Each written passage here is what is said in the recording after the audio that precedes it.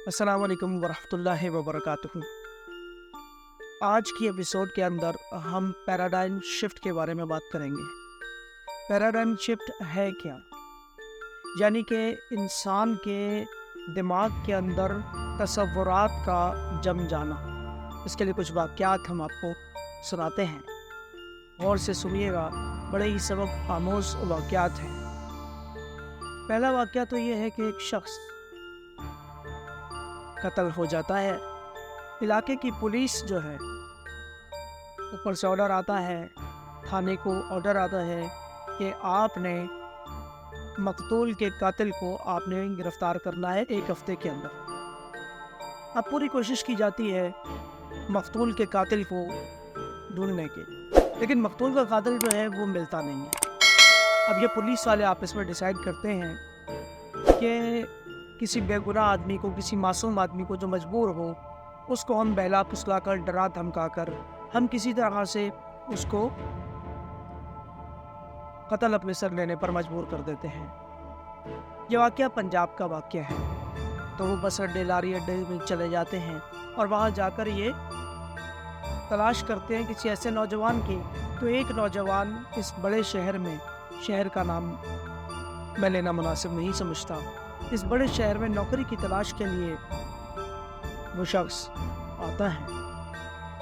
अब वो एक मासूम शख्स जैसे ही बस से उतरता है तो इनकी नज़र जो है उस पर पड़ जाती है और ये समझ जाते हैं कि ये कोई मजबूर बेबस आदमी है। पकड़ लेते हैं, डराते हैं, धमकाते हैं। तो पता चलता है कि घर में जो है फाके हैं, बहुत मुश्किल से खाने पीना होता है, मोहल्ले वाले दे देते हैं तो खा लेते हैं। बहन है, भाई है, छोटा भाई है, माँ बाप बूढ़े हो चुके हैं, नौकरी की तलाश में अब ये शहर आया है। ये लोग इससे कहते हैं तुम ये कत्ल अपने सर ले लो। वो बेचारा पहले ही डरा होता है, उसको और डराते हैं कि अगर तुमने ये कत्ल अपने सर नहीं लिया तो वैसे भी हम डाल देंगे, और अगर तुम ये कत्ल अपने सर ले लोगे तो फिर हम तुम्हारे घर सारी ज़िंदगी जो है पैसे पहुंचाते रहेंगे। वो शख्स वो कत्ल अपने सर ले लेता है और हालात व वाक़यात से साबित कर दिया जाता है कि ये शख्स ने कत्ल किया है। वो शख्स फांसी चले जाता है। ये पुलिस वाले आपस में डिसाइड करते हैं और कुछ अर्सा जो है ऐसा भेजते रहे तो उसके बाद भूल जाते हैं। अब इनमें से एक पुलिस वाला जब उसका आखिरी वक्त आता है तो वो इधर उधर इधर बदर भटकता है और फिर अल्लाह की करनी ऐसी होती है कि वो शख्स जो है अल्लाह के लपेटे में आ जाता है और ख़ुदकुशी करने पर मजबूर हो जाता है। जिस शख्स से किसी की जान लेने में किरदार अदा किया था, आखिर में वो ख़ुदकुशी करने पर मजबूर हो जाता है। ये वाक़यात हमारे यहाँ एक नहीं, अनगिनत वाक़यात हैं। दूसरा वाक़या मैं आपको सुनाता हूँ, बड़ा ही सबक आमोज़ वाक़या है कि एक चोर का आखिरी वक्त करीब आ गया। चोर का एक बेटा था। चोर ने अपने बेटे को साथ लिया और उसको कहा कि बेटा देखो, मैं सारी ज़िंदगी एक घर वालों को, एक घर को, एक हवेली को लूटता रहा हूँ और चोरियाँ करता रहा हूँ। वहाँ के लोग बड़े सादा हैं। तो मैं तुम्हें ये राज की बात बता रहा हूँ कि मेरे मरने के बाद उस घर में जाके चोरियाँ करना और अपना गुजर बसर करना, उन लोगों को कुछ नहीं पता चलेगा। अब रात के वक्त वो अपने बेटे को लेकर वहाँ जाता है। रात के वक्त जब वो वहाँ जाता है तो बेटा देखता है कि हवेली जो है उसमें चरागा है, बड़ा रोशन है वो हवेली और ऐसा जश्न का समा लग रहा है। तो आपसे पूछता है कि क्या यहाँ पर जश्न हो रहा है?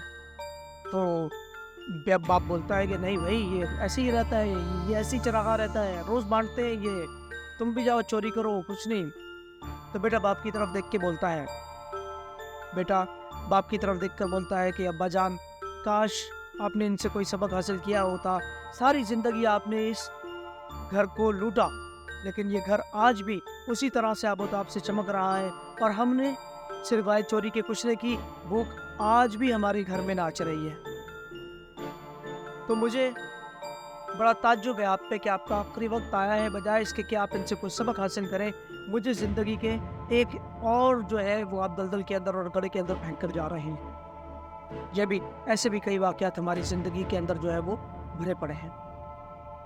अब तीसरा वाक़या जो है वो स्टीफन کووی نے اپنی کتاب 7 habits of highly effective people میں بیان کیا ہے، اور وہ بیان کرتا ہے کہ وہ ایک جگہ بیٹھا ہوا تھا، کوئی پبلک پلیس تھی، ریلوے اسٹیشن تھا یا کیا تھا، بھارت میں پبلک پلیس تھی۔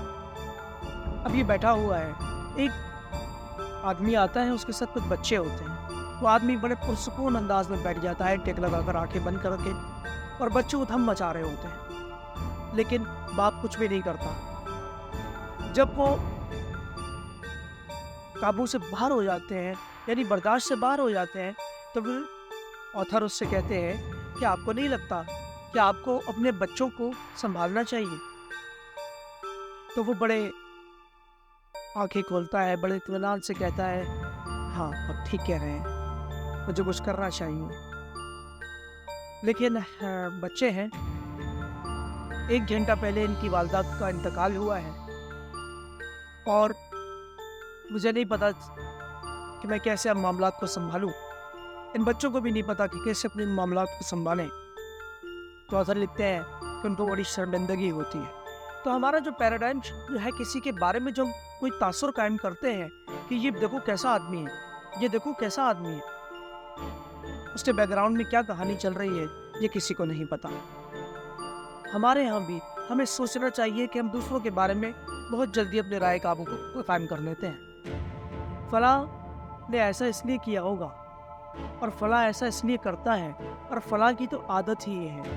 تو ہمیں کسی کے بیک گراؤنڈ کا پتہ نہیں ہوتا، اور ہم لوگوں کے بارے میں ایک تاثر قائم کر لیتے ہیں۔ اسی طرح ہمارا زندگی کے بارے میں بھی ایک تاثر ہوتا ہے۔ ایک ہم نے اپنا خول چڑھایا ہوتا ہے، ہم زندگی میں بیمار ہو گئے تو ہم بیمار ہو گئے، ہم یہ نہیں سوچتے کہ بیماری کو ختم کیا جا سکتا ہے، اس سے لڑ کر ختم کیا جا سکتا ہے۔